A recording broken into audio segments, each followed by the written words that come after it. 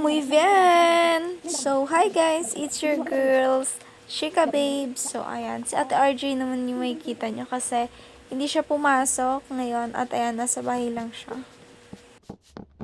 May sakit po ata si Ate RJ kaya ayan, hindi siya nakapasok for today's video.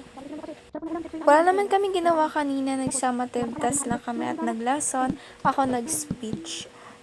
Nag-video lang ako kanina, ayan. Kasi bawal mag-video kapag may teacher.